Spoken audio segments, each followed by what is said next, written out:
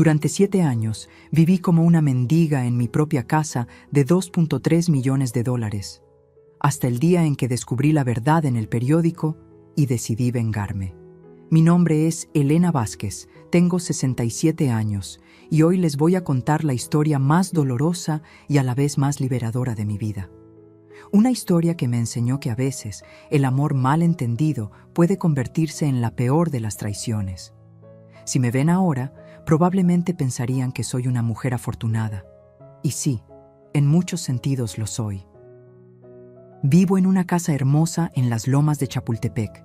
Tengo propiedades valoradas en $2.3 millones y mi difunto esposo Fernando me dejó muy bien acomodada después de 40 años de matrimonio.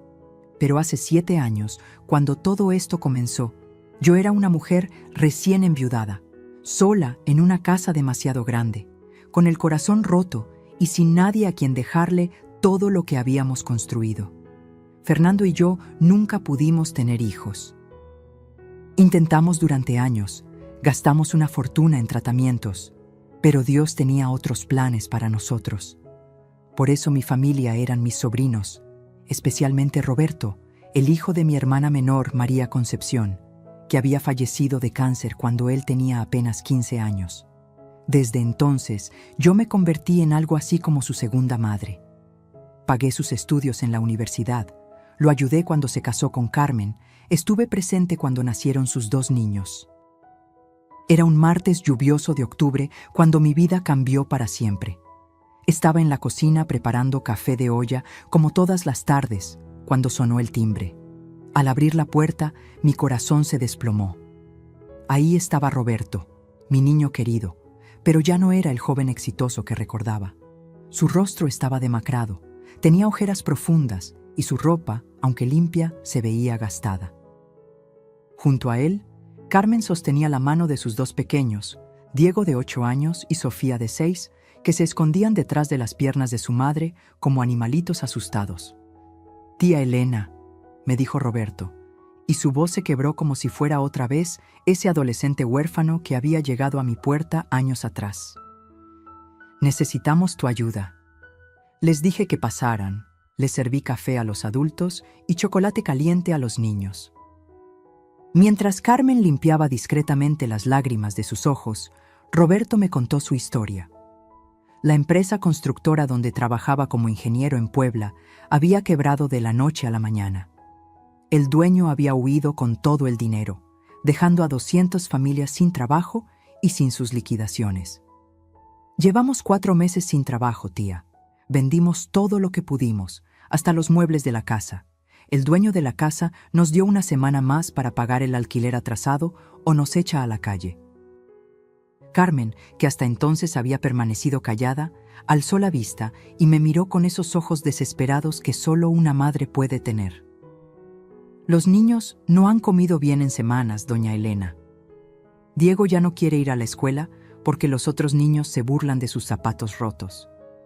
Sentí como si alguien me hubiera clavado un puñal en el pecho. Estos eran mi familia, la única familia que me quedaba en el mundo. «Pero tengo una oportunidad», continuó Roberto, secándose los ojos con el dorso de la mano. «Un contacto de la universidad me consiguió una entrevista para un trabajo aquí en Ciudad de México. Es una empresa grande de consultoría en construcción. El sueldo sería 3 veces lo que ganaba en Puebla». «Eso es maravilloso, mijo», le dije, sintiendo como la esperanza renacía en mi pecho. «Sí, pero…» Roberto bajó la mirada.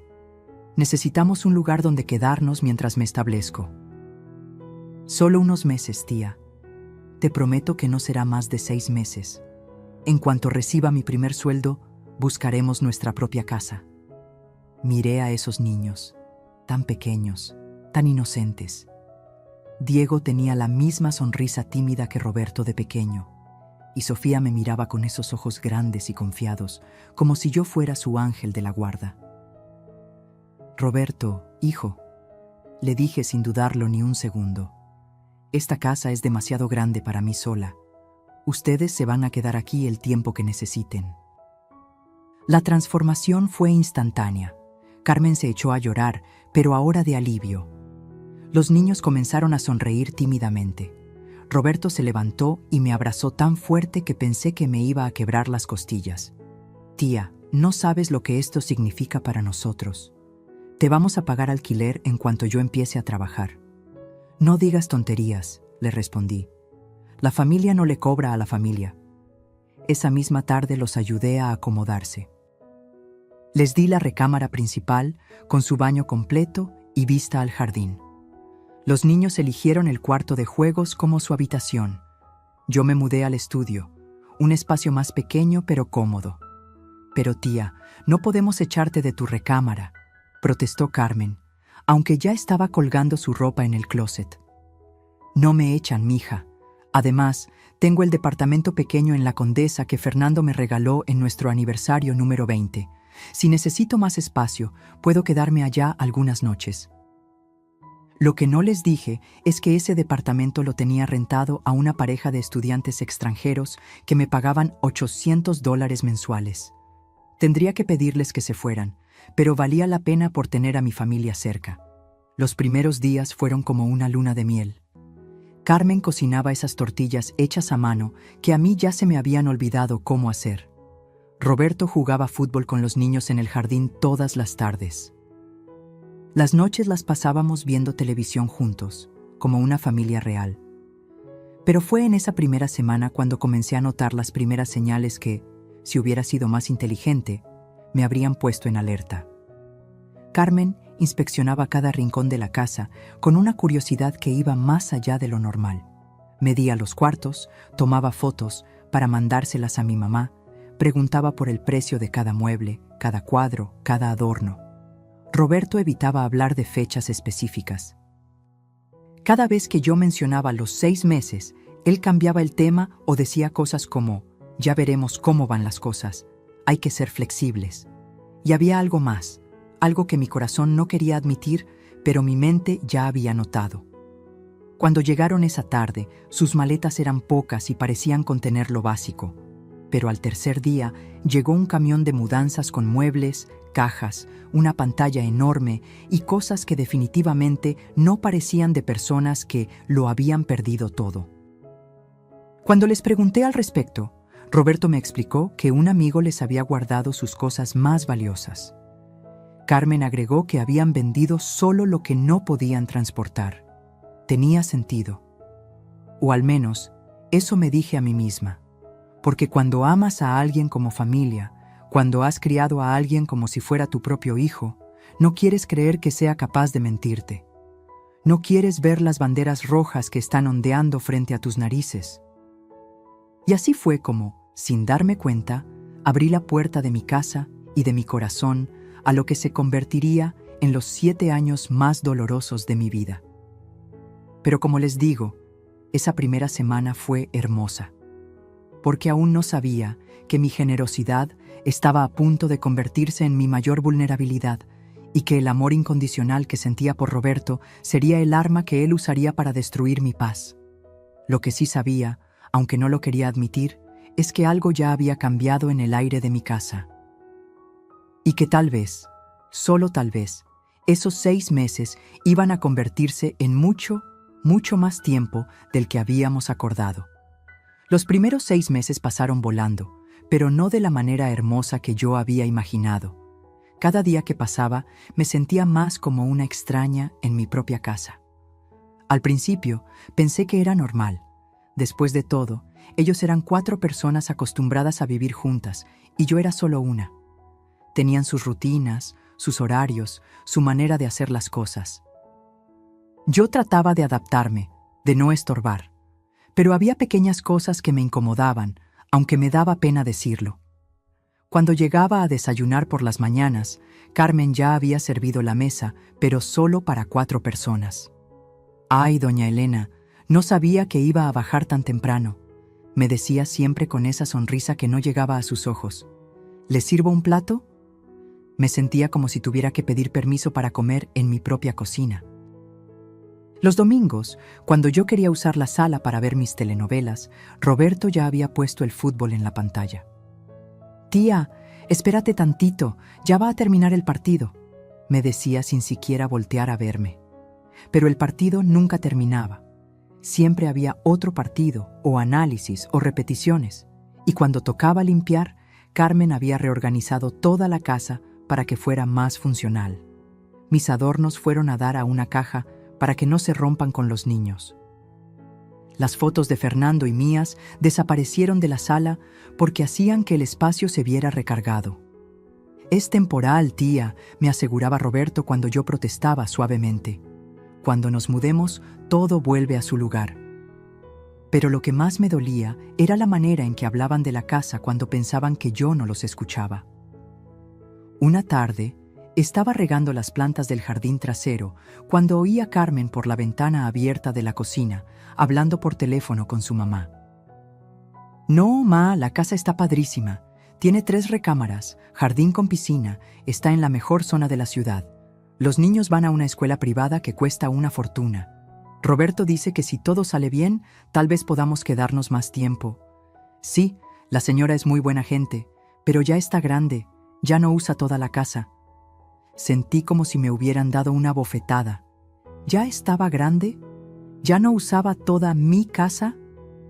Esa misma noche, durante la cena, Roberto me soltó la bomba. «Tía, tengo que platicarte algo importante», me dijo, mientras cortaba su bistec con una calma que ahora sé que había ensayado. «El trabajo va muy bien, mejor de lo que esperaba».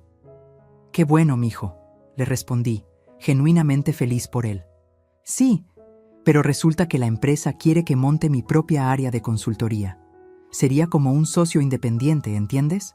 Mucho mejor sueldo, pero necesito registrar una oficina». Carmen asintió con entusiasmo.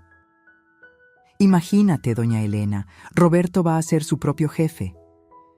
«Pero lo que necesito», continuó Roberto, «es usar esta dirección para registrar la oficina. Es una zona muy prestigiosa, eso le da mucha credibilidad al negocio. No hay problema, ¿verdad?». ¿Cómo iba a decir que no? Era mi sobrino querido, mi familia, y además sonaba como una gran oportunidad para él. «Claro que no hay problema, hijo. Todo lo que necesites». Y así fue como mi casa se convirtió oficialmente en Vázquez & Associates Consulting Services. Los cambios empezaron inmediatamente. Llegó un carpintero a convertir el comedor en una oficina temporal. Instalaron una línea telefónica separada.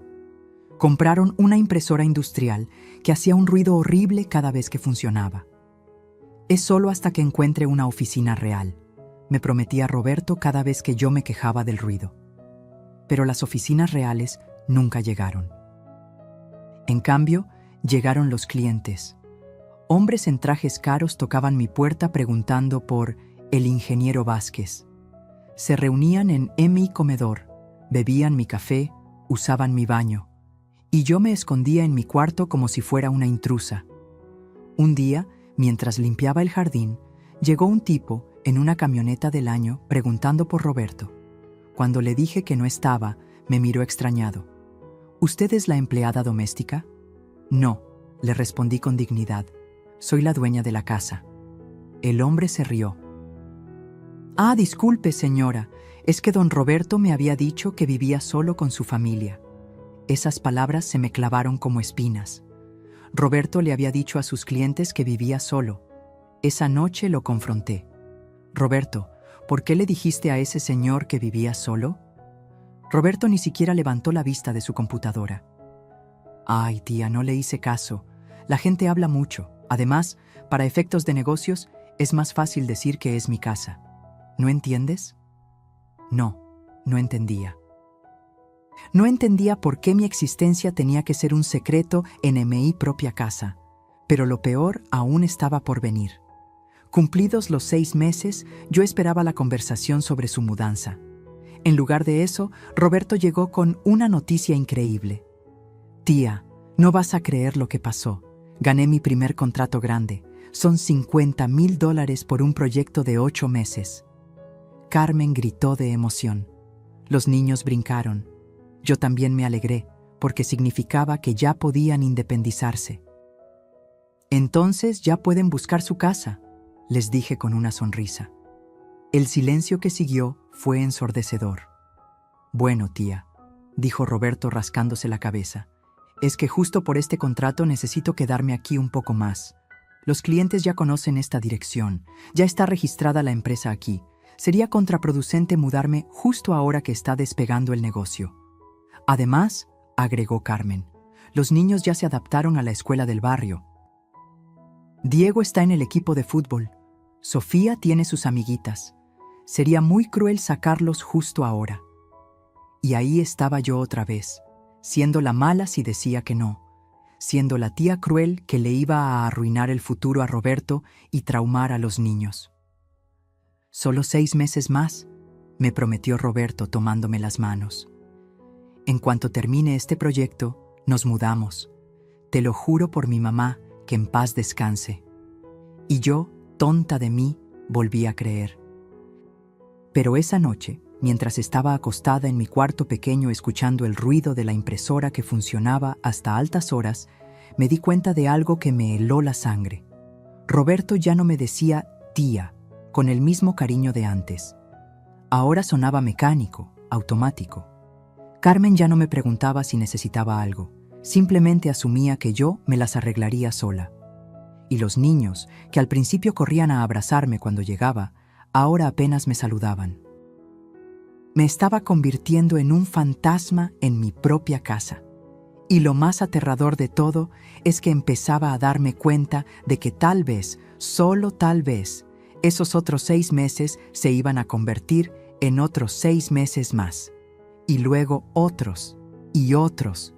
Porque cuando le das a alguien todo lo que tienes, cuando no pones límites desde el principio, se acostumbran a tomarlo todo como si fuera suyo por derecho. Y yo acababa de darle a Roberto la llave no solo de mi casa, sino de mi vida entera. Los otros 6 meses se convirtieron en 2 años, y luego en 3, y yo seguía esperando como una tonta a que Roberto cumpliera su promesa. Pero durante ese tiempo, mi casa se transformó en algo que ya no reconocía. Todo empezó con pequeños cambios que Roberto justificaba como mejoras temporales para el negocio. Instaló cámaras de seguridad en la entrada para proteger la oficina de documentos importantes. Cambió todas las cerraduras porque un cliente le había dicho que había visto gente sospechosa en el barrio. Tía, es por tu seguridad también, me decía entregándome las nuevas llaves. Ahora tenemos un sistema más moderno. Lo que no me dijo es que él tenía el control maestro de todas las cerraduras desde su teléfono. Me di cuenta una tarde cuando llegué de hacer las compras y mi llave no funcionaba. Tuve que tocar el timbre de mi propia casa y esperar a que Carmen me abriera. Ay, doña Elena, se debió haber trabado la chapa. Roberto va a revisarla. Pero Roberto nunca la revisó. Desde ese día, dependía de que alguien me abriera la puerta para entrar a mi casa. Los cambios en el interior fueron aún más dramáticos. Mi comedor se había convertido en una sala de juntas con una mesa para 12 personas. Mi estudio ahora era el área de archivo, con cajas apiladas hasta el techo. La cocina tenía una cafetera industrial que hacía un ruido infernal y un refrigerador extra para los eventos de la empresa. ¿Y yo? Yo vivía prácticamente en mi recámara, pero lo que más me alarmaba era el tipo de movimiento que empezaba a haber en mi casa. Todos los días llegaban camiones de paquetería, camiones de muebles, camiones de comida. Hombres con uniformes entraban y salían cargando cajas, equipos, documentos. Mi casa parecía una estación de tren. Son solo entregas de materiales para los proyectos, me explicaba Roberto cuando me quejaba. Es temporal, tía. Ya sabes cómo son estas cosas de construcción. Pero yo había estado casada con un ingeniero civil durante 40 años. Fernando nunca había manejado su negocio desde la casa y definitivamente nunca había tenido ese nivel de movimiento. Una mañana, mientras regaba mis plantas del jardín delantero, llegó un camión de mudanzas enorme. Vi cómo bajaban escritorios ejecutivos, sillas de piel, una pantalla de 80 pulgadas y equipos de computación que se veían carísimos. ¿Para qué es todo esto?, le pregunté a Roberto esa noche. Ay, tía, es que el negocio está creciendo mucho. Necesito contratar empleados, y pues necesitan donde trabajar. ¿Empleados? ¿Aquí en la casa? Solo temporalmente, hasta que encuentre una oficina adecuada. Temporal. Todo era temporal con Roberto. Llevábamos 2 años de temporal. Al día siguiente llegaron los empleados. 3 muchachos jóvenes con computadoras portátiles que convirtieron mi sala en su oficina personal. Se instalaron ahí desde las 8 de la mañana hasta las 8 de la noche, comiendo, riendo, hablando por teléfono, usando mi baño, mi cocina, mi internet. Y yo, como una extraña, me encerraba en mi cuarto para no estorbar. Son muy trabajadores, me decía Carmen cuando yo protestaba. Están ayudando mucho a Roberto a hacer crecer la empresa. Pero había algo extraño en la manera en que esos muchachos me miraban. No con el respeto que se le debe a la dueña de casa, sino con una mezcla de lástima y confusión, como si no entendieran qué hacía yo ahí. Un día, uno de ellos me preguntó directamente: «Señora, ¿usted es familiar del ingeniero Roberto?» «Soy su tía y esta es mi casa», le respondí con toda la dignidad que pude reunir. El muchacho se quedó callado, pero intercambió una mirada con sus compañeros que no me gustó nada. Esa noche, escuché sin querer una conversación telefónica de Roberto desde su cuarto. «No, hermano, todo va padrísimo. Ya tengo la oficina montada, los empleados trabajando. La dirección me está sirviendo muchísimo para conseguir clientes. Los contratos están llegando solos». Hizo una pausa, riéndose de algo que le decían del otro lado. «¿La señora?» «Ah, es mi tía, la dueña de la casa. Sí, vive aquí, pero no molesta. Ya está grande, se la pasa en su cuarto. Además, ella está feliz de ayudar a la familia». ¿Feliz? ¿Yo estaba feliz? No había un solo día en que no me sintiera como una intrusa en mi propia casa. No había un solo rincón donde pudiera estar tranquila sin que llegara alguien a interrumpirme. No podía invitar a mis amigas porque la casa estaba en horario de oficina. No podía escuchar mi música porque disturbaba las llamadas de trabajo. Pero Roberto tenía razón en una cosa: los contratos estaban llegando. Empecé a notar cambios en su apariencia y en la de Carmen. Roberto cambió su viejo Honda por una camioneta BMW del año. Carmen comenzó a usar ropa de marca, bolsas caras, joyas que definitivamente no tenía cuando llegaron. Los niños ahora tenían los tenis más modernos, tabletas, juguetes que costaban más que el sueldo mensual de muchas familias. «Nos está yendo muy bien, tía», me decía Roberto, con esa sonrisa que ya no me parecía sincera. «Al fin estamos recuperando todo lo que perdimos». Pero cuando yo sugería que tal vez ya era tiempo de que buscaran su propia casa, la respuesta siempre era la misma. «Ay, tía, no entiendes cómo funcionan los negocios. Mudarme ahora sería suicidio comercial. Los clientes ya conocen esta dirección, ya confían en esta ubicación. Si me voy, podría perder todo lo que he construido». Y ahí estaba yo otra vez, siendo la egoísta que no entendía, la tía cruel que quería arruinar el futuro de su familia. Lo que más me dolía era que ya ni siquiera me invitaban a sus celebraciones familiares. Los domingos hacían carne asada en mi jardín, pero cuando yo salía para acompañarlos, la conversación se pausaba, como si mi presencia los incomodara. «Doña Elena, ¿no quiere descansar un ratito en su cuarto?», me sugería Carmen. «Se ve cansada». ¿Cansada? Estaba exhausta. Pero no de actividad física, sino de vivir en un estado constante de tensión, de sentirme rechazada por las únicas personas que consideraba mi familia. Una tarde, mientras limpiaba la casa porque la muchacha del aseo ya no venía los domingos por respeto al día de descanso familiar, encontré algo que me heló la sangre. En el escritorio de Roberto, debajo de unos papeles, había un folder con el logo de una inmobiliaria. Adentro había fotos y descripciones de casas en venta, todas en zonas exclusivas, todas valoradas en más de $300,000. Mi corazón comenzó a latir rapidísimo. ¿Será que por fin iban a mudarse? Pero cuando vi los papeles más de cerca, No eran solicitudes de compra, eran cotizaciones de venta. Roberto estaba averiguando cuánto valía mi casa en el mercado actual. Esa noche no pude dormir. Mi mente se llenó de preguntas aterradoras. ¿Por qué Roberto quería saber el valor de mi casa? ¿Estaría planeando convencerme de venderla? ¿O algo peor? Decidí que necesitaba respuestas. Pero cuando traté de hablar con Roberto al día siguiente, me salió con una de sus sonrisas ensayadas. «Ay, tía, eso no es nada. Un cliente me pidió que lo ayudara a evaluar unas propiedades en la zona. Usé tu casa como referencia porque conozco bien la zona». Sonaba lógico. O tal vez yo quería que sonara lógico. Porque la alternativa era admitir algo que mi corazón no quería aceptar. Que Roberto ya no me veía como su tía querida, sino como un obstáculo para sus planes.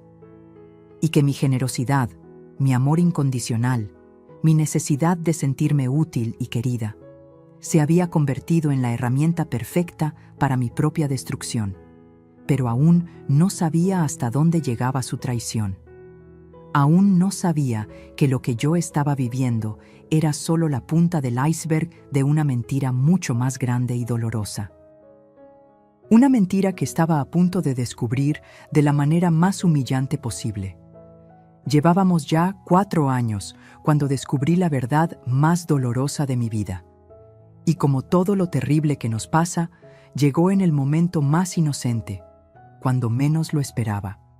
Era un sábado por la mañana y había salido a comprar pan dulce a la panadería de Doña Esperanza, esa que está a 3 cuadras de mi casa.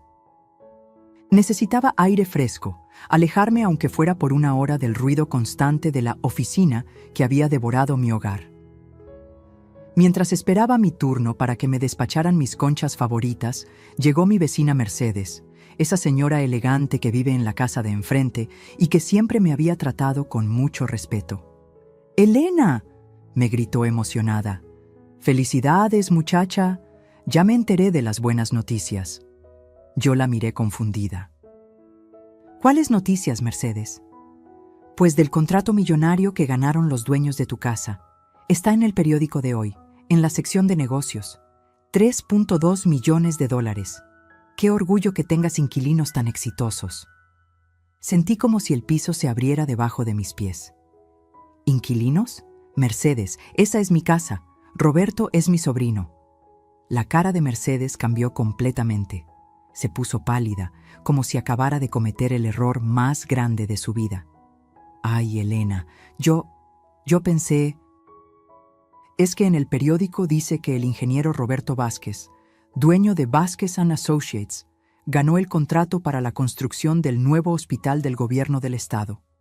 Y pone tu dirección como su residencia principal». Mi mundo se desplomó en ese instante. Con las manos temblorosas, compré el periódico. Ahí estaba, en letras enormes: «Empresa local gana contrato millonario para hospital».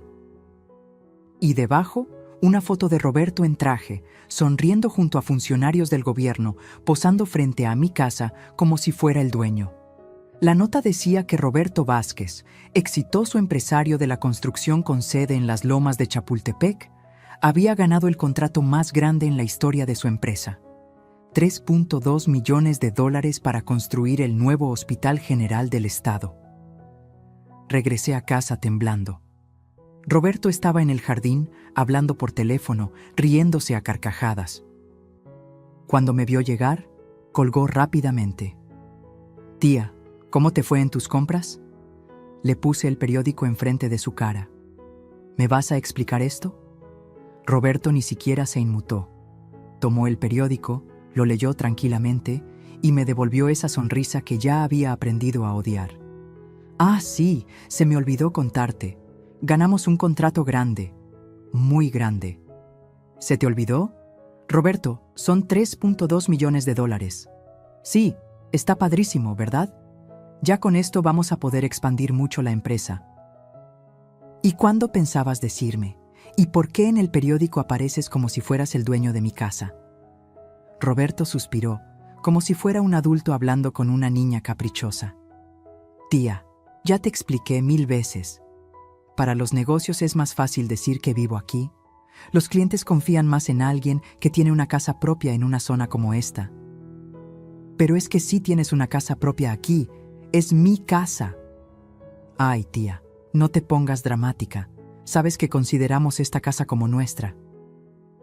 Tú misma dijiste que somos familia. Esa noche no pude dormir. Algo no cuadraba. Roberto había llegado hace 4 años sin un peso, pidiendo ayuda para sobrevivir. ¿Cómo era posible que en tan poco tiempo hubiera construido una empresa capaz de ganar contratos millonarios? Al día siguiente, mientras Roberto estaba en una reunión fuera de la casa, decidí hacer algo que nunca pensé que haría: revisar sus cosas. En su computadora encontré carpetas con nombres de proyectos que nunca había mencionado. Contratos por cientos de miles de dólares que databan desde su segundo año en mi casa. Facturas, recibos, correspondencia con clientes. Roberto no era un pequeño consultor tratando de salir adelante. Era el dueño de una empresa que había facturado más de 8 millones de dólares en los últimos 3 años. Y todo usando mi dirección, mi prestigio, mi casa como fachada. Pero lo que encontré después me destrozó completamente. En su escritorio había un folder marcado como propiedades. Adentro, escrituras de 3 casas que Roberto había comprado en los últimos 2 años. Una en Polanco por $650,000, una en Santa Fe por $480,000 y una casa de playa en Acapulco por $670,000. Roberto, mi sobrino que había llegado pidiendo limosna, ahora era dueño de propiedades por más de $1.8 millones. Y yo seguía viviendo como una arrimada en mi propia casa. Esa tarde llegó temprano y me encontró llorando en la cocina con todos sus papeles sobre la mesa. «¿Qué haces revisando mis cosas?», me gritó, pero no con dolor o sorpresa, sino con furia, como si yo fuera la ladrona. «Roberto, ¿me vas a explicar todo esto? ¿Las casas? ¿Los millones? ¿Por qué me has mentido durante 4 años?» Roberto se sentó frente a mí con esa calma fría que me daba más miedo que sus gritos. «Tía, yo nunca te mentí. Te dije que iba a trabajar y trabajé. Te dije que iba a salir adelante y salí adelante. Pero me dijiste que eran solo 6 meses. Me dijiste que no tenían dinero. Los planes cambian, tía. Los negocios crecen. ¿No te da gusto que me vaya tan bien? Me da gusto, pero quiero que me respetes. Esta es mi casa». Roberto se quedó callado un momento largo. Cuando habló, su voz tenía un tono que nunca le había escuchado. Frío, despectivo. «Tía, vamos a hablar con la verdad. Esta casa estaba vacía antes de que llegáramos. Tú estabas sola, sin familia, sin propósito. Nosotros le dimos vida a esta casa. Le dimos un uso productivo. Y tú has vivido mejor estos 4 años que en toda tu vida. Tienes comida hecha todos los días, la casa siempre limpia, compañía. ¿No es eso lo que querías?». No podía creer lo que estaba escuchando. «Roberto, yo quería una familia. No quería ser empleada en mi propia casa. Nadie te trata como empleada. Te tratamos con respeto». «¿Respeto? Cambias las chapas sin preguntarme. Conviertes mi casa en oficina. Tienes empleados trabajando en mi sala». Roberto se levantó, caminó hacia la ventana y cuando volteó a verme, en sus ojos había algo que me aterrorizó. Lástima. «Tía, entiende, tú ya estás grande. Ya no necesitas toda esta casa. Nosotros la estamos aprovechando, la estamos haciendo productiva y te estamos cuidando en el proceso». Esa noche llamé a mi amiga Cristina, la única persona en el mundo en quien confiaba completamente. «Cristina, necesito un favor muy grande. ¿Conoces algún detective privado confiable?» «¿Detective? Elena, ¿qué está pasando?». Le conté todo, absolutamente todo. Al final estaba llorando tan fuerte que apenas podía hablar. «Elena, mi amor, contrata al detective. Necesitas saber exactamente con qué estás lidiando». Una semana después, el detective me entregó un reporte de 40 páginas que me cambió la vida para siempre. Roberto no solo había usado mi dirección para su empresa, había registrado mi casa como garantía para préstamos bancarios. Había usado y prestigio social para conseguir contratos. Y lo peor de todo, en su círculo social y profesional, decía que yo era la tía loca que vive de su caridad. El detective había grabado una conversación donde Roberto le decía a un cliente: «Sí, mi tía vive conmigo. Pobrecita, ya está muy grande y no tiene a nadie más. Nosotros la cuidamos por caridad cristiana». Cuando escuché esa grabación, algo se rompió dentro de mí para siempre. Roberto no me veía como su tía querida, no me veía como la mujer que lo había criado después de la muerte de su madre. No me veía como la benefactora que le había dado todo lo que tenía. Roberto me veía como la vieja estúpida que le había entregado en bandeja de plata la oportunidad de su vida. Y lo peor de todo es que tenía razón. Durante 4 años, yo había sido exactamente eso. Una vieja estúpida que se había dejado usar porque tenía tanto miedo de estar sola que prefería ser humillada a ser abandonada. Pero esa noche, mientras abrazaba el reporte del detective contra mi pecho y lloraba hasta quedarme sin lágrimas, tomé la decisión más importante de mi vida. Roberto había jugado conmigo durante 4 años. Había convertido mi generosidad en mi debilidad, mi amor en mi prisión. Pero se había olvidado de algo fundamental. Yo no era solo una vieja sola y asustada. Yo era Elena Vázquez, viuda de Fernando Vázquez, dueña de propiedades por $2.3 millones, y una mujer que había sobrevivido 67 años en este mundo, aprendiendo que a veces, para que te respeten, tienes que enseñar a la gente exactamente lo que pierden cuando te faltan al respeto. Roberto quería jugar sucio, pues iba a conocer a alguien que había aprendido a jugar sucio mucho antes de que él naciera. La guerra apenas estaba comenzando. Después de esa terrible revelación, me encerré en mi cuarto durante 2 semanas. No salía ni para comer. Carmen me dejaba platos en la puerta como si fuera una presa enferma y yo apenas los tocaba. Me sentía como la mujer más estúpida del mundo. Durante 4 años había sido una títere en las manos de Roberto, bailando al ritmo que él marcaba, creyendo cada mentira que me decía, justificando cada humillación como amor de familia. ¿Cómo había sido tan ciega? ¿Cómo había permitido que me convirtieran en la loca de la casa, en la tía patética que vivía de la caridad de su propio sobrino? Las noches eran las peores. Me quedaba despierta escuchando las risas que venían del jardín, las celebraciones de Roberto y Carmen brindando por sus éxitos, construidos sobre mi ingenuidad. Escuchaba a los empleados haciendo chistes, probablemente burlándose de la señora que vive arriba como fantasma. Pero fue precisamente en una de esas noches oscuras cuando pasó algo que cambió todo. Estaba en mi cama, abrazando la almohada de Fernando y llorando como todas las noches, cuando recordé algo que mi esposo me había dicho poco antes de morir. Elena, mi amor, eres la mujer más fuerte que conozco. Has enfrentado la vida sin padres desde los 15 años. Levantaste un negocio conmigo desde cero. Cuidaste a tu hermana hasta su último día. No dejes que nadie, nunca, te haga creer que eres débil. Y si alguien trata de aprovecharse de tu buen corazón, enséñale que detrás de esa bondad hay una mujer que sabe defenderse. Esas palabras resonaron en mi cabeza como campanas. Fernando tenía razón. Yo no había llegado hasta los 67 años siendo una ingenua. Había construido un patrimonio, había manejado negocios, había tomado decisiones difíciles. ¿Cuándo me había vuelto tan cobarde? La mañana siguiente me levanté con una claridad mental que no había tenido en meses. Me bañé, me vestí con mi mejor traje sastre, me maquillé y salí de casa por primera vez en 2 semanas. Mi primera parada fue con el licenciado Hernández, el abogado que había manejado todos los asuntos legales míos y de Fernando durante 20 años. Un hombre serio, de mi confianza, que conocía cada detalle de mi situación financiera.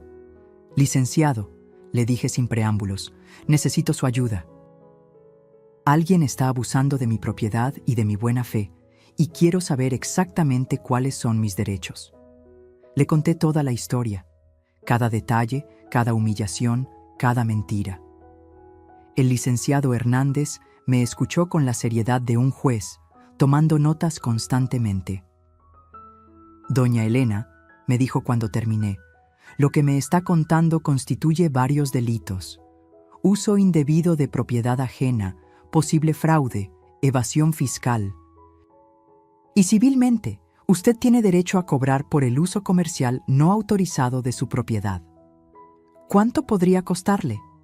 El licenciado hizo algunos cálculos rápidos en su calculadora.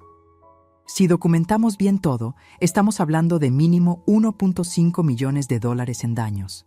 Tal vez más. Sentí como si me hubieran inyectado energía pura en las venas. ¿Qué necesito hacer? Primero, documentar absolutamente todo: fotos, facturas, testimonios, registros públicos. Segundo, no confrontarlo hasta que tengamos todo armado. Y tercero, actuar como si nada hubiera pasado para que no sospeche. Esa última parte fue la más difícil, pero también la más importante. Regresé a casa esa tarde con una sonrisa en la cara por primera vez en semanas. Roberto me vio llegar y se acercó con esa falsa preocupación que ya había aprendido a detectar. «Tía, ¿cómo te sientes? Ya tenías días muy callada». «Mucho mejor, mijo», le respondí con la voz más dulce que pude. «Solo estaba un poco triste, pero ya se me pasó. Tienes razón, debo estar agradecida de tener una familia tan trabajadora». La cara de alivio de Roberto fue patética. Pensaba que había vuelto a domar a la vieja. «Qué bueno, tía. Ya me tenías preocupado». «¿Preocupado por qué, mi amor?» «Pues por ti, obviamente. Eres muy importante para nosotros». Mentiroso. Pero yo ya sabía jugar su juego. Durante las siguientes semanas me convertí en la investigadora más meticulosa del mundo. Cada mañana, cuando Roberto salía a trabajar, yo documentaba todo. Tomé fotos de cada modificación que había hecho a la casa. Busqué en registros públicos todos los contratos que había firmado usando mi dirección. Recopilé facturas de servicios que habían aumentado 400% por el uso comercial. Mi amiga Cristina me ayudó con la parte tecnológica. Su nieto me enseñó a usar aplicaciones para grabar conversaciones en mi teléfono. Empecé a grabar cada interacción importante con Roberto. También contraté a un contador forense para que revisara los registros fiscales de la empresa de Roberto. Lo que descubrimos me dio tanta rabia que tuve que tomar pastillas para la presión. Roberto había registrado gastos personales como gastos de la empresa. Las colegiaturas de los niños, las vacaciones familiares, hasta la ropa de Carmen aparecían como gastos de representación, y todo usando mi dirección como justificación. Pero lo más importante de todo fue que empecé a cambiar mi actitud hacia ellos. Ya no era la tía suplicante que pedía permiso para todo. Ahora era la tía resignada que había aceptado su destino. «Roberto», le dije una noche durante la cena, «quiero agradecerte por todo lo que han hecho por mí estos años». Roberto casi se atraganta con la sopa. «¿Eh? ¿Por qué, tía?» «Pues por cuidarme, por darle vida a esta casa. Tienes razón, yo sola no sabría qué hacer con tanto espacio». Carmen me miró como si hubiera visto un fantasma. Durante meses yo había estado protestando, quejándome, llorando. Ahora de repente estaba agradecida. «Ay, doña Elena, usted no tiene que agradecernos nada. Somos familia. Familia. Qué palabra más vacía en sus bocas». Pero yo seguí con mi actuación durante 2 meses completos. Les llevaba café a los empleados. Les preguntaba a Roberto por sus proyectos con interés genuino. Incluso les sugerí que invitaran más clientes a hacer reuniones en nuestra casa. Roberto estaba encantado. Pensaba que finalmente había quebrado mi espíritu, que había conseguido la tía perfecta, callada, sumisa, agradecida. Lo que no sabía es que cada sonrisa que le daba, cada gracias mijo que le decía, cada vez que fingía estar feliz con mi situación, lo estaba documentando todo para el expediente que crecía día a día en la oficina del licenciado Hernández. Porque Roberto había cometido un error fatal. Había subestimado a la mujer que lo había criado. y yo estaba a punto de enseñarle que las mujeres de mi generación no habíamos llegado hasta aquí siendo débiles. Habíamos llegado siendo inteligentes. Y cuando una mujer inteligente decide que ya basta, no hay fuerza en el mundo que la pueda detener. La tormenta que Roberto había creado estaba a punto de volverse contra él. Y esta vez, yo iba a ser el rayo. Los siguientes 3 meses fueron los más intensos de mi vida. Por fuera, seguía siendo la tía Elena sumisa y agradecida. Por dentro, me había convertido en una general preparando la batalla más importante de mi existencia. Mi primera decisión fue cambiar de abogado. El licenciado Hernández era bueno para asuntos civiles básicos, pero yo necesitaba artillería pesada. Necesitaba al mejor bufete de abogados de Ciudad de México. Después de investigar durante semanas, llegué al despacho de Morales, Gutiérrez y Asociados, especialistas en derecho inmobiliario y fraudes corporativos. Su oficina estaba en Santa Fe, en un rascacielos que imponía respeto desde la entrada. El licenciado Ricardo Morales me recibió personalmente. Un hombre de unos 50 años, con esa presencia que solo dan los éxitos ganados a pulso. Cuando le conté mi historia, sus ojos se iluminaron como los de un depredador que acaba de detectar a su presa. Doña Elena, me dijo después de revisar todos mis documentos, lo que su sobrino ha hecho no es solo abuso de confianza, es un entramado de delitos que puede costarle hasta 15 años de cárcel. Yo no quiero mandarlo a la cárcel, licenciado, solo quiero recuperar mi dignidad y mi casa. Entiendo perfectamente, pero para negociar desde una posición de fuerza, él necesita saber exactamente qué está arriesgando. El licenciado Morales me asignó un equipo completo. 2 abogados especialistas, un contador forense, un investigador privado y hasta un especialista en valuación inmobiliaria. Durante 6 semanas, esos profesionales diseccionaron la vida de Roberto como si fuera un experimento de laboratorio. Los resultados fueron aún más devastadores de lo que había imaginado. Primero, la evidencia del uso comercial no autorizado era aplastante. Durante 7 años, Roberto había operado una empresa desde mi propiedad sin mi consentimiento por escrito, violando las regulaciones de uso de suelo residencial. La multa por esto podía ser de hasta $500,000. Segundo, había usado mi dirección prestigiosa para conseguir créditos bancarios por más de $2 millones, presentando contratos de arrendamiento falsos donde aparecía como inquilino autorizado para uso comercial. Esto constituía fraude bancario. Tercero, y esto fue lo que más rabia me dio, había evadido impuestos por $280,000 al no declarar correctamente la sede de su empresa y al reportar gastos personales como gastos comerciales. Pero la cereza del pastel fue lo que encontró nuestro especialista en contratos. Cuando Roberto llegó a mi casa hace 7 años, yo había sido tan ingenua que no le pedí firmar nada. Pero por cuestiones de seguro de la casa, mi agente me había sugerido hacer un acuerdo de estancia temporal familiar, que ambos firmamos sin leerlo bien. En la letra pequeña de ese documento había una cláusula que ni Roberto ni yo habíamos notado. En caso de que el huésped desarrolle actividades comerciales en la propiedad, el propietario tendrá derecho al 40% de las ganancias netas obtenidas, más el pago retroactivo de alquiler comercial. Cuando el licenciado Morales me leyó esa cláusula, me quedé muda. Doña Elena, según nuestros cálculos, Roberto le debe aproximadamente $1.8 millones. No podía creerlo.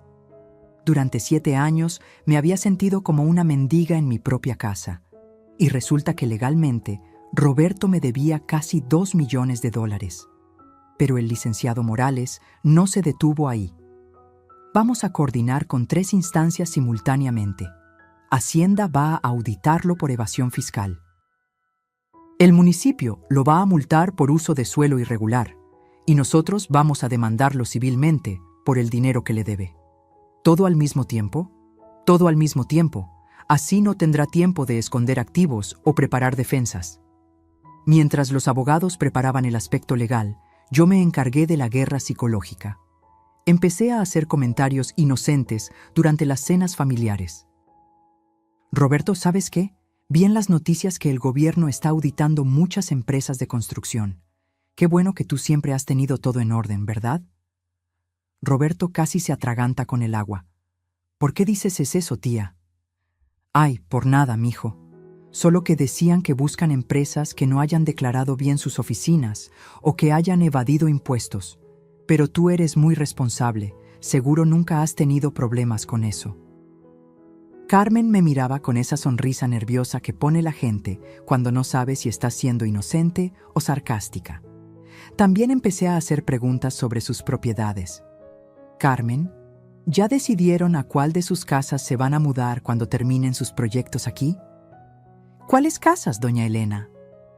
Ay, mija, no te hagas. Roberto me contó de las casitas que han comprado, la de Polanco, la de Santa Fe, la de Acapulco.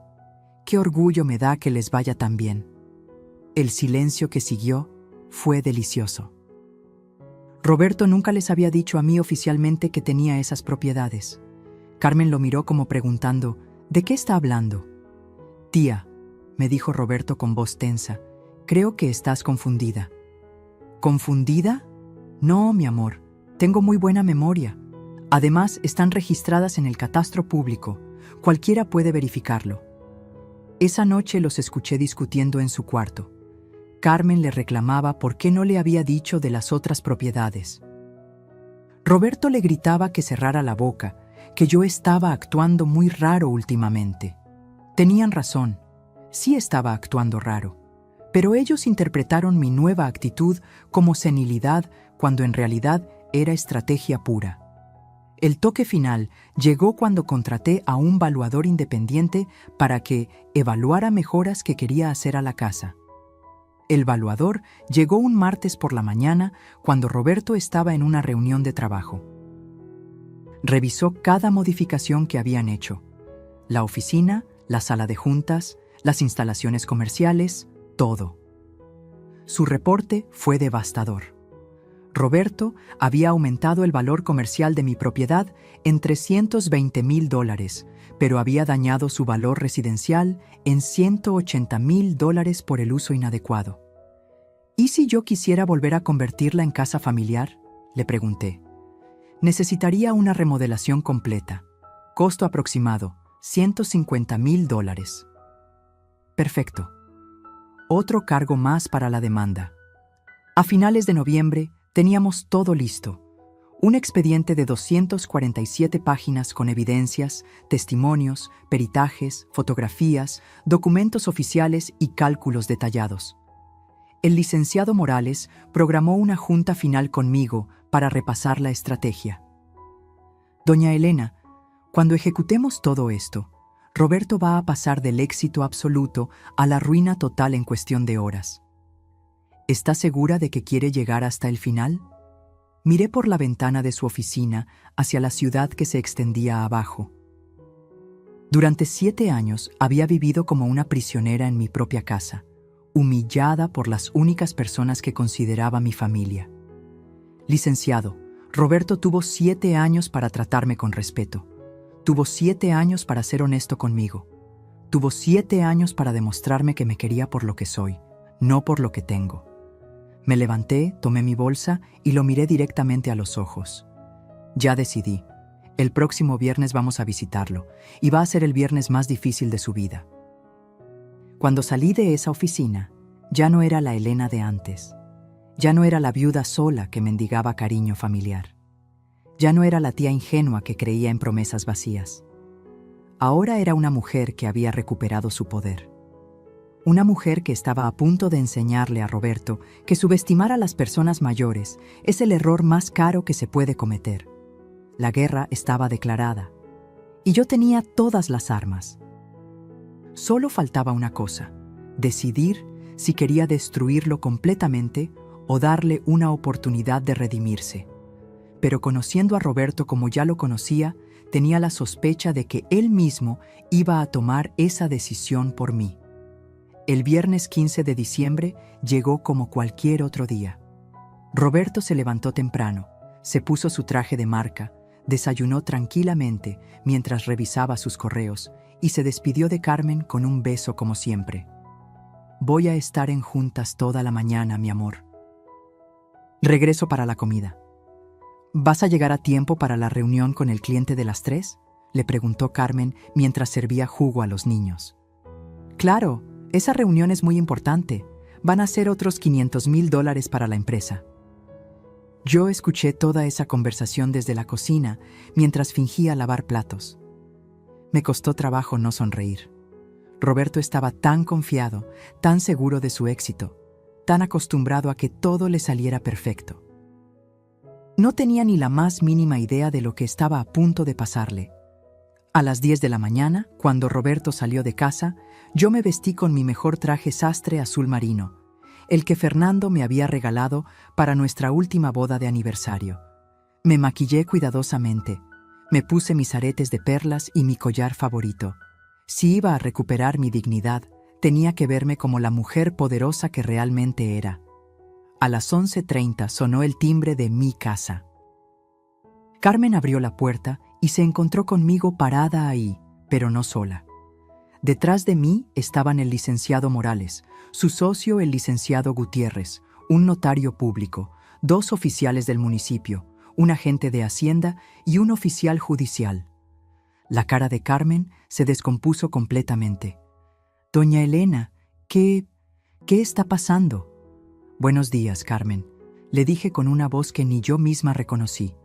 Fría, firme, sin un ápice de la dulzura de antes. «Venimos a tener una conversación muy importante con Roberto. ¿Está en casa?» No, salió hace rato. ¿Quiénes son todas estas personas?» El licenciado Morales se adelantó. «Señora, soy el abogado de doña Elena Vázquez, propietaria legal de esta casa. Necesitamos que llame urgentemente al señor Roberto para que regrese de inmediato». «¿Propietaria? Pero... Carmen me miró como si fuera la primera vez que me veía. Durante 7 años me había tratado como la tía loca que vivía de arrimada. Ahora de repente se daba cuenta de que yo era la dueña legal de todo lo que la rodeaba. «Carmen, llama a Roberto y dile que regrese inmediatamente. Dile que es una emergencia familiar». «Pero doña Elena, ¿qué está pasando? ¿Hicimos algo malo?» «Qué pregunta más interesante. ¿Hicimos algo malo?» Como si después de 7 años todavía no supiera exactamente lo que habían hecho. Mientras Carmen hacía la llamada con las manos temblando, yo recorrí mi casa con el equipo legal. Era la primera vez en años que veía mi hogar desde la perspectiva de una dueña, no de una intrusa. El comedor convertido en sala de juntas. Mi estudio convertido en bodega. La sala convertida en oficina. Mi jardín convertido en estacionamiento para clientes. «Licenciado», le dije al notario, «quiero que documente cada cambio no autorizado, cada modificación comercial, cada evidencia de uso indebido». «Por supuesto, doña Elena». Roberto llegó en exactamente 23 minutos. Lo escuché antes de verlo. Su BMW frenando bruscamente en la entrada, sus pasos corriendo hacia la casa, su voz gritando, «Carmen, ¿qué pasa?». Cuando entró a la sala y nos vio a todos ahí, su cara pasó por 5 emociones diferentes en menos de 2 segundos. Confusión, reconocimiento, alarma, negación y finalmente, pánico puro. «Tía Elena, ¿qué es todo esto?». Me levanté de mi sillón favorito, ese donde no me había podido sentar cómodamente en 7 años porque siempre estaba ocupado por sus empleados. «Buenos días, Roberto. Te presento al licenciado Ricardo Morales, mi abogado. Venimos a hablar contigo sobre algunos asuntos pendientes». Roberto trató de recuperar la compostura, pero podía ver el sudor formándose en su frente. «¿Asuntos pendientes? Tía, no entiendo. Si hay algún problema, podemos hablarlo en privado». «No, Roberto. Ya no hay más conversaciones privadas, ya no hay más mentiras, ya no hay más engaños». El licenciado Morales abrió su portafolios y sacó una carpeta gruesa. «Señor Roberto Vázquez, por favor tome asiento. Tenemos que revisar varios documentos con usted». «No, gracias, prefiero estar de pie», respondió Roberto con esa arrogancia que conocía tan bien. No era una sugerencia, dijo el oficial judicial. Tome asiento. Roberto se desplomó en una silla como si le hubieran cortado las piernas. El licenciado Morales comenzó a hablar con esa voz fría y profesional que me dio tanto placer escuchar. Señor Vázquez, durante los últimos 7 años, usted ha cometido una serie de irregularidades legales usando esta propiedad. Vamos a repasarlas una por una. Sacó el primer documento. Uso comercial no autorizado de propiedad residencial. Multa municipal, $450,000. La cara de Roberto se puso pálida. Registro fraudulento de domicilio fiscal. Investigación de Hacienda en curso. Impuestos evadidos hasta la fecha, $280,000. Roberto empezó a temblar. Uso indebido de propiedad ajena para garantizar créditos bancarios, fraude bancario, posible pena de prisión, 8 a 15 años. Eso no es cierto, balbuceó Roberto. Yo nunca... El licenciado sacó una grabadora pequeña. ¿Reconoce su voz, señor Vázquez? Y ahí, para que todos la escucháramos, salió la grabación que habíamos obtenido del banco. Roberto explicándole a un ejecutivo que él era prácticamente el dueño de la casa, que su tía era muy mayor y le había cedido el manejo de la propiedad. Roberto se puso verde.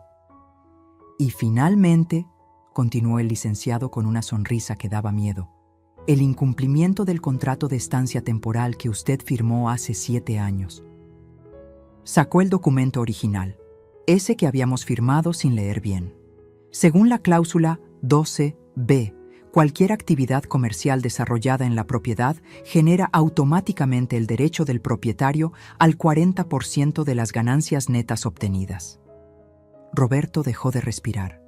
Según nuestros cálculos, basados en los registros fiscales de su empresa, usted le debe a doña Elena la cantidad de $1,340,000 por concepto de participación en ganancias. Más, agregó el licenciado Gutiérrez, el pago retroactivo de alquiler comercial por 7 años en una propiedad de esta categoría, $420,000. Más los daños y perjuicios por uso inadecuado de la propiedad, $180,000. Total adeudado, dijo el licenciado Morales cerrando la carpeta con un golpe seco que sonó como un martillo de juez, $1,940,000. Roberto se levantó tambaleándose como si fuera a desmayarse. Eso es imposible. Yo nunca firmé nada que dijera... Yo no sabía... ¿No sabía qué, Roberto? Le pregunté levantándome de mi silla. ¿No sabías que era mi casa? ¿No sabías que me estabas mintiendo? ¿No sabías que me estabas usando? Por primera vez en 7 años, Roberto me miró directamente a los ojos.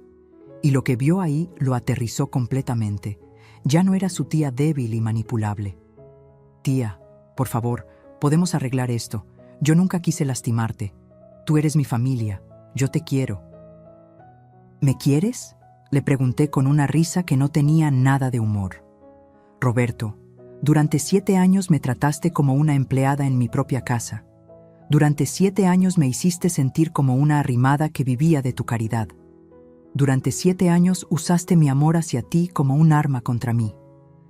Las lágrimas comenzaron a rodar por sus mejillas. Pero ya no me conmovían. Ya no era la tía que se derretía cuando lo veía llorar. ¿Sabes lo que más me duele, Roberto? No es el dinero, no son las mentiras. No son las humillaciones. Me acerqué a él hasta quedar frente a frente. Lo que más me duele es que pudiste tenerlo todo de manera honesta. Pudiste pedirme ayuda, pudiste incluirme en tus planes, pudiste tratarme como familia de verdad, y preferiste tratarme como una estúpida. Roberto se desplomó de rodillas frente a mí. Tía, perdóname, por favor, perdóname. Te voy a pagar todo, te voy a devolver tu casa, pero no me demandes. Piensa en los niños, piensa en Carmen. Miré a Carmen, que estaba en una esquina llorando en silencio. Miré hacia la escalera, donde Diego y Sofía nos observaban sin entender qué pasaba. Y por un momento, solo por un momento, mi corazón de tía se ablandó. Pero entonces recordé 7 años de humillaciones, 7 años de mentiras, 7 años de ser tratada como basura por las únicas personas que consideraba mi familia. Roberto, le dije con una voz que salía desde lo más profundo de mi alma, durante 7 años esperé que me respetaras por amor. Ahora me vas a respetar por ley. El licenciado Morales se aclaró la garganta. Señor Vázquez, tiene 24 horas para presentar una propuesta de pago. De lo contrario, procederemos con las demandas civiles, penales y fiscales correspondientes. Roberto levantó la vista hacia mí con los ojos llenos de lágrimas. Tía, ¿de verdad vas a destruir a tu propia familia? Y ahí fue cuando dije las palabras que me devolvieron mi dignidad después de 7 años. Roberto, tú destruiste a esta familia el día que decidiste que yo valía más por lo que tenía que por lo que era. Yo solo estoy cobrando la factura. Parte 8. La justicia poética. La lección final. Las siguientes 48 horas fueron las más intensas en la vida de Roberto y las más tranquilas en la mía. Mientras él corría desesperadamente entre bancos, contadores y abogados tratando de encontrar una salida al hoyo que él mismo había cavado, yo me senté en mi jardín por primera vez en 7 años a tomarme un café de olla en paz. No hubo gritos, no hubo súplicas, no hubo promesas desesperadas. Roberto había entendido finalmente que estaba jugando en las ligas mayores y que su tía ya no era la mujer ingenua que había llegado a su casa hace tantos años. El domingo por la noche, Roberto tocó la puerta de mi cuarto. Cuando abrí, ya no era el hombre arrogante y seguro de sí mismo que había conocido. Estaba demacrado, con ojeras profundas, y tenía en las manos un folder lleno de papeles. Tía, ¿podemos hablar? Habla. Se sentó en la orilla de mi cama como cuando era niño y venía a contarme sus problemas.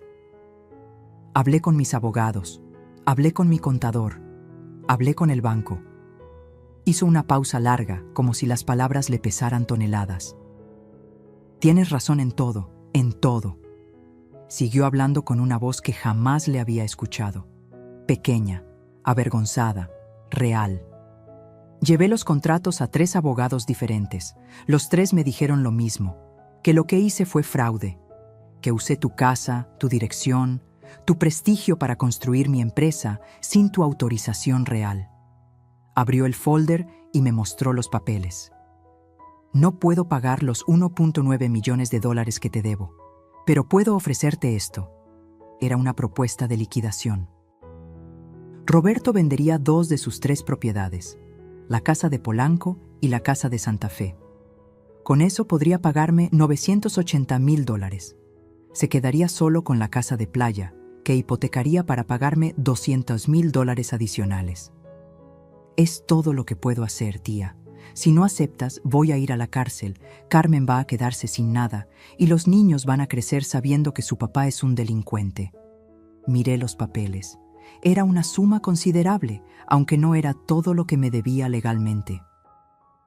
¿Y la casa?, le pregunté. Nos vamos el próximo viernes. Te entrego las llaves, revierto todas las modificaciones comerciales y te dejo la casa exactamente como estaba cuando llegamos. ¿A dónde van a ir? Carmen quiere regresar a Puebla con su mamá mientras yo resuelvo todo esto. Voy a liquidar la empresa, voy a buscar trabajo como empleado y voy a empezar desde cero. Por primera vez en 7 años, Roberto sonaba como una persona real. No como el actor que había estado representando el papel del sobrino exitoso. Tía, me dijo levantando la vista hacia mí, sé que no tengo derecho a pedirte nada más, pero quiero que sepas algo. Se le quebró la voz. Cuando llegué aquí hace 7 años, sí necesitaba ayuda. Sí había perdido mi trabajo. Sí estábamos desesperados. Todo eso era cierto. Pero en algún momento entre el segundo y el tercer año, me acostumbré a vivir bien sin esfuerzo. Me acostumbré a usar tu generosidad como si fuera mi derecho. Me acostumbré a tratarte como si fueras un obstáculo para mi comodidad. Las lágrimas comenzaron a rodar por sus mejillas. Y lo peor de todo es que me convencí a mí mismo de que te estaba haciendo un favor, que tu vida era mejor con nosotros aquí, que eras una vieja sola que necesitaba nuestra compañía. Se limpió los ojos con el dorso de la mano. Nunca me detuve a preguntarte si eras feliz. Nunca me detuve a preguntarte si esto era lo que querías. Nunca me detuve a tratarte como lo que realmente eras. La mujer que me crió cuando mi mamá murió, la mujer que me pagó la universidad, la mujer que me salvó cuando no tenía nada. Roberto se levantó y caminó hacia la ventana. No te estoy pidiendo perdón porque sé que no me lo merezco. Te estoy pidiendo que aceptes esto como el primer paso para que yo pueda vivir conmigo mismo el resto de mi vida. Tomé los papeles y los revisé cuidadosamente. Era una oferta seria, bien estructurada, realista.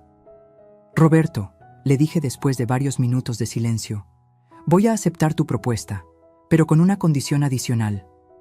La que sea, tía. Los domingos de cada mes vas a venir a comer conmigo, solo tú, no Carmen, no los niños, solo tú y yo, y me vas a contar cómo está tu vida real, no la versión editada que le cuentas a todo el mundo. Roberto me miró sorprendido. ¿Por qué? Porque a pesar de todo lo que pasó, sigues siendo el niño que crié, y porque quiero asegurarme de que la lección que aprendiste se quede contigo para siempre. Roberto se acercó a mí y por primera vez en años me dio un abrazo que se sintió real. Gracias, tía. Te prometo que vas a estar orgullosa del hombre en el que me voy a convertir. Ya veremos, Roberto, ya veremos. El viernes siguiente, Roberto y su familia se mudaron oficialmente. Devolvieron las llaves, removieron todos sus muebles y contrataron una empresa de remodelación para regresar la casa a su estado original. Pero lo más importante de todo fue el momento en que Roberto se despidió. Ya no era el hombre arrogante que había llegado 7 años atrás creyendo que me estaba haciendo un favor. Tampoco era el niño asustado que había llegado pidiendo ayuda. Era un hombre humillado que había aprendido una lección que le iba a servir para el resto de su vida. «Tía», me dijo en la puerta, con sus maletas en la mano y su familia esperándolo en el auto. «Perdí mucho dinero estos años, perdí propiedades, perdí mi empresa, perdí mi reputación. Pero lo que más lamento haber perdido es tu respeto, y voy a pasar el resto de mi vida tratando de recuperarlo». Después de que se fueron, me quedé sola en mi casa por primera vez en 7 años. El silencio era absoluto. No había empleados, no había impresoras, no había reuniones de negocios. Solo yo, mi casa y la paz que había olvidado que existía. Esa tarde llamé a mi amiga Cristina para contarle todo. «Elena, estoy tan orgullosa de ti. Demostraste que nunca es tarde para poner límites». «¿Sabes qué, Cristina?», le dije mientras miraba por la ventana de mi sala recuperada. «Lo más importante que aprendí es que la generosidad sin límites no es amor, es debilidad. ¿Qué vas a hacer con todo ese dinero que te va a pagar?». Ya lo había decidido, con los funerales.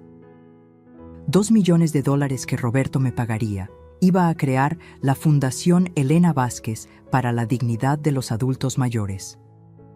Un lugar donde personas de mi edad pudieran recibir asesoría legal gratuita cuando sus familias abusaran de su confianza.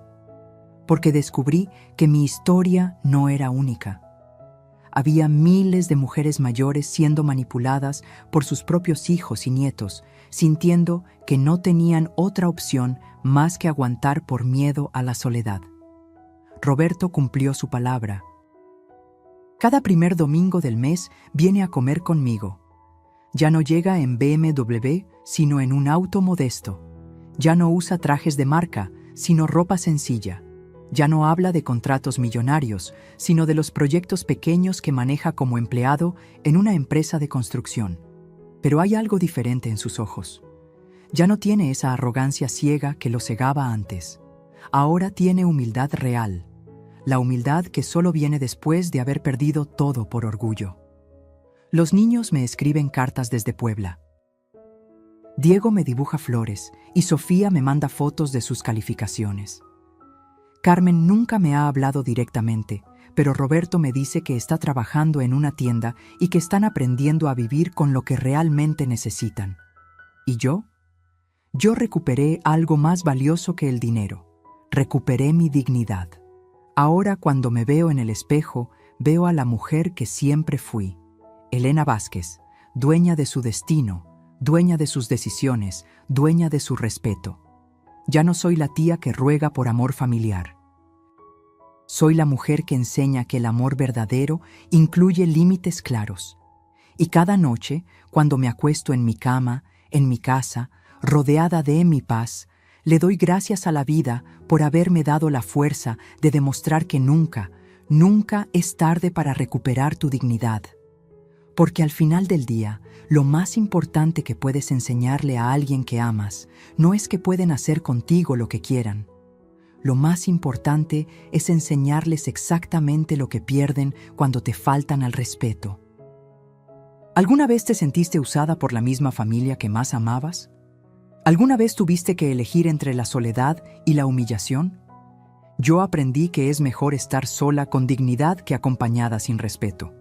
¿Y tú, qué harías en mi lugar? Escribe en los comentarios. Yo merezco respeto, si crees que nunca es tarde para poner límites.